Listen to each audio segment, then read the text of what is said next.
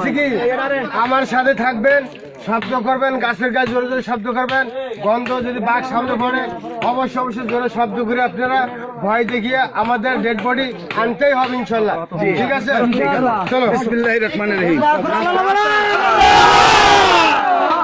একদিন আগে কাঁকড়া শিকারী মুজিবুরকে ধরে নিয়ে গিয়েছে সুন্দরবনের বাঘ।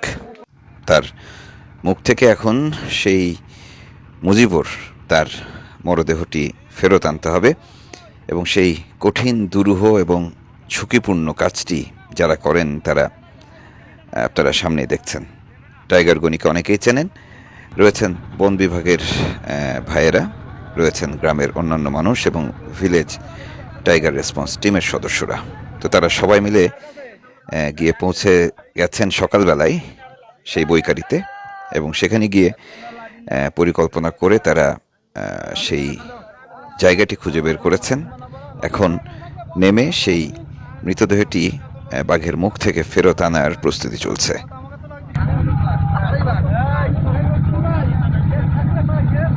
20 ডিসেম্বর বিকেলের দিকে বাঘে আক্রমণ করেছে, তাকে ধরে নিয়ে গেছে এবং সবাই জানাজানি হতে হতে সন্ধ্যা হয়ে যায়। ফলে গত দিনে আর সেই লাশ উদ্ধার করতে যেতে পারেননি উদ্ধারকারীরা। তাই মঙ্গলবার সাত সকালে তারা বেরিয়েছিলেন বৈকারির উদ্দেশ্যে। শত শত দুমদাম করে বাজি মাটি ফুটিয়ে তাড়াতাড়ি ওই লাশের ধারে দিতে হবে, না বলো একবার টান তুললি বলো ঘুরিয়ে পাবে না ধাকি মানে উঠবে না।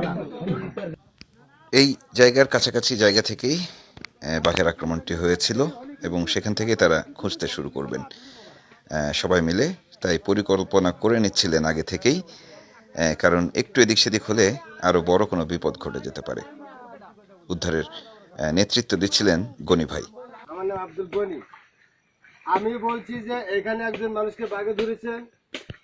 এখন আমরা ওখানে উঠবো। প্রথম টার্গেট কয়জন উঠতেছি, মেন টার্গেট সবাই আমাদের এই টার্গেটটা থাকবে। এবং যখনই আমরা বনে উঠবো, ছোট্ট শব্দ, বড় শব্দ, বাঘের ঘ্রাণ, রক্ত, মাংস, কাপড় এবং তার কোন রকম বাঘে লাশ চিনে নেওয়া স্পট ফলো করতে করতে আমরা যাব। আপনারা কেউ উত্তেজনা হবেন না। এখানে আমরা ওয়াইল্ড টিভি স্টাফ আছি, ভিলেজ টিম আছি। আপনাদের আগে যাওয়ার দরকার নাই, আপনাদের আগে যাওয়ার দরকার নাই। আগে আমরা যাব। লাশটা যখনই আমরা পাবো, আমরা তখন কি করব, লাশটা আমরা কি করব, জমি দখলের মতন চারি সাইড দিয়ে লাশের দিকে ফাঁসা দেব। দেওয়ার পরে আমরা গাছের গায়ে জোরে শব্দ করবো এবং লাঠি দিয়ে বাড়ি মারবো। কিন্তু লাঠি দিয়ে আমাকে একটা লাঠি দেন, লাঠি দেন, একটু তাড়াতাড়ি দেন, ছেলে দেন, ছেলে দেন, আপনি দেন। এখন লাঠি দিয়ে বাড়ি দিয়ে এভাবে না, খবরদার আপনি বাড়ি দেবেন এই এই এই, কিন্তু আপনার চোখ রাখবেন সর্বসাইডটা, বুঝতে পারছেন তো? এবং এটাকে লক্ষ্য রাখবেন, যদি আপনার হাতে এই যে গাছটা লাগলে আপনার হাতে ব্যথা পাবেন, তো এটা কিন্তু আপনি খেয়াল রাখবেন অবশ্যই অবশ্যই। আর একটা অনুরোধ, আমি জানি যে লাশটা যখনই পাওয়া যায় তখনই সবাই উচ্ছৃঙ্খলা ভাবে দৌড় মেরে চলে আসেন। প্লিজ আপনারা দৌড় মেরে আসেন, আর যদি দৌড় মেরে আসেন আপনি। এমনিতেই সুন্দরবনের বাঘ সেভাবে মানুষের উপর আক্রমণ করে না, করলে কিন্তু অনেক ঘটনায় ঘটতো। তবে কপাল খারাপ থাকলে অথবা বাঘ যদি ক্ষুধার্ত থাকে কিংবা কোনোভাবে বাঘ যদি বিপন্ন অনুভব করে, সেক্ষেত্রেই নাকি তারা মানুষের উপর আক্রমণ করে। অনেক সময় অন্যান্য শিকারের মতোই মানুষকেও তারা আক্রমণ করে, মূলত ক্ষুধা নিবারণের জন্য। তো সুন্দরবনে এই বাঘ মানুষের যে লড়াই, সেটি অনাদিকাল থেকেই চলে আসছে। বাঘের সংখ্যা একটু কমে যাওয়াতে এবং মানুষ সতর্ক হওয়াতে বাঘের হাতে মানুষের মৃত্যুর সংখ্যা আগের চেয়ে কমেছে, অন্যদিকে বাঘও কমেছে। আবার যদি উল্টো করে বলি, গত কয়েক বছর ধরে বাঘের আলামত পাওয়া যাচ্ছে অনেক বেশি বেশি। জেলেরা জঙ্গলে বাঘ দেখছেন, বাঘের আলামত পাচ্ছেন, মানুষের উপর বাঘের আক্রমণের সংখ্যাও বেড়েছে। যাই হোক, যে মুজিবুরকে গতকাল ধরে নিয়ে গেছে বাঘ, আমাদের গনি ভাইরা তার মরদেহটি সেই বাঘের মুখ থেকে ছিনিয়ে আনবেন। ভয়ঙ্কর একটি কাজ, আমাদের পক্ষে এটি কি সম্ভব? কিন্তু এই অদম্য সাহসী আর মনোবল সম্পন্ন মানুষগুলো এই কাজটি করেন শুধুমাত্র একটি আশায় যে সেই মৃতদেহটি যদি ফেরত এনে পরিবারের কাছে দিতে পারেন, সেই পরিবার তাকে দাফন কাফন করে অন্তত মনের সান্ত্বনাটুকু খুঁজতে পারবেন। আমার সাথে থাকবেন, শব্দ করবেন, গাছের গাছ জোরে জোরে শব্দ করবেন, গন্ধ যদি বাঘ সামনে পড়ে অবশ্যই অবশ্যই জোরে শব্দ করে আপনারা ভয় দেখিয়ে আমাদের ডেড বডি আনতেই হবে ইনশাল্লাহ। ঠিক আছে, চলো। বিসমিল্লাহির রহমানির রহিম।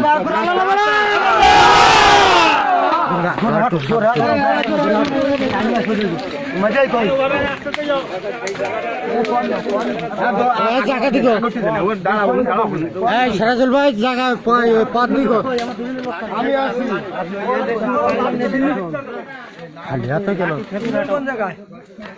সবাই জোরে আল্লাহ আল্লাহ বলো।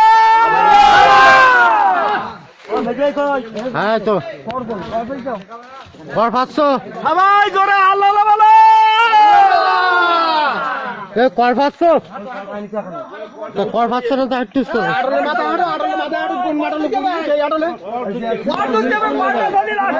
সবাই জোরে আল্লাহ আল্লাহ বলো। অ্যাক্সিডেন্ট হয়েছে কোন জায়গায়?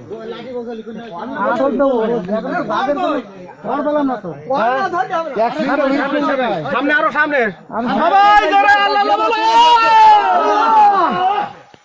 সামনে হাঁটো, সামনে হাঁটো,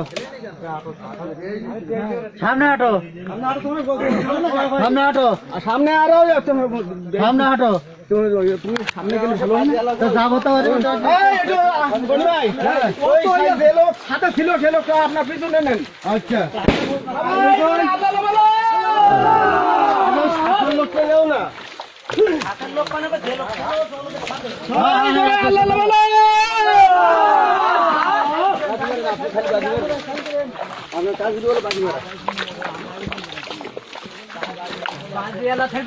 সবাই ধরে আল্লাহ বলো।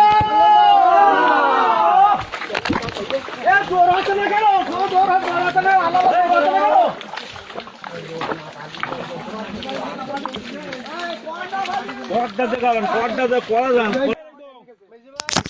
কয়েক মিনিটের মধ্যে আলামত পাওয়া গেল, যেখান থেকে আসলে বা শিকারটি করেছিল সেই জায়গা থেকেই একদম পায়ের ছাপ অনুসরণ করে করে উদ্ধারকারীরা এগিয়ে গেলেন।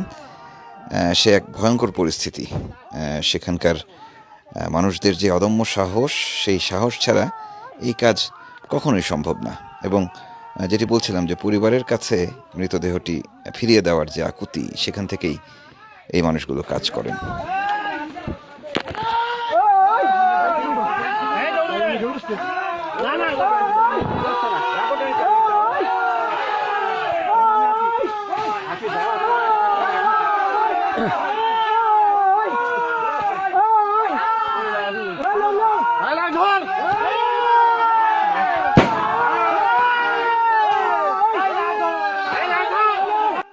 মুজিবরের শার্ট পাওয়া গেছে সামনেই, মৃতদেহটি, যেটি আসলে দেখানোর আর কোনো উপায় নেই। এরকম বিভৎস দৃশ্য স্বভাবতই স্বাভাবিক কারণে, সঙ্গত কারণেই দেখানো নিয়ম নেই। আমিও দেখাচ্ছি না, তবে এটুকু বলছি যে এই ভয়ঙ্কর কাজটি মাত্র ঘন্টা খানিকও না, তার চেয়ে কম সময়ের মধ্যে সেরে অদম্য সাহসী এই মানুষগুলো ফিরতি পথে রওনা দিয়েছেন। আশেপাশে বাঘ রয়েছে, কারণ তার শিকার তার মুখ থেকেই কেড়ে নিয়ে যাচ্ছেন আমাদের ভাইয়েরা। যাই হোক, 1 ঘন্টা সময় লাগেনি বলছিলাম। সেখান থেকে তারা সবাই ফিরে এসেছেন ট্রলারে। মরদেহটি তুলে নিয়ে তারা যাবেন প্রথমে বুড়ি গোয়ালিনী যে ফরেস্টের রেঞ্জ অফিস রয়েছে, সেখানেই যেতে হবে, নিয়ম সেটি। এবং সেখানে যে আনুষ্ঠানিকতাগুলো রয়েছে সেগুলো তাদের সারতে হবে, এবং তারপর তাকে বা তার মরদেহটি নিয়ে যাওয়া হবে তার পরিবারের কাছে। এদিকে স্বজনের মৃতদেহের অপেক্ষায় পরিবারের মানুষ, স্বজনেরা। কাঁদতেছো কেন? এগুলো কান্নাকাটি করো না।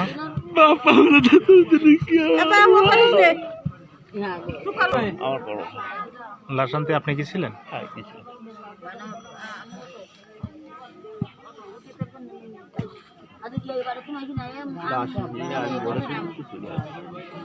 লাশ আপনি বোটে উঠে দিয়ে চলে আসছেন?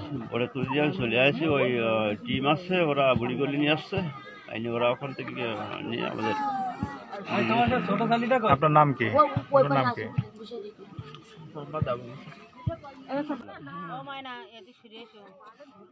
সবচেয়ে বড় কথা হলো যে যে পরিবারগুলোর মানুষরা এভাবে মৃত্যুবরণ করছেন, তাদের আর্থিক অবস্থা খুবই খারাপ। যদিও সরকারের একটি নিয়ম আছে ক্ষতিপূরণ দেওয়ার, সেটি তারা পান, এখন নিয়মিতই পান যারা এভাবে মৃত্যুবরণ করেন।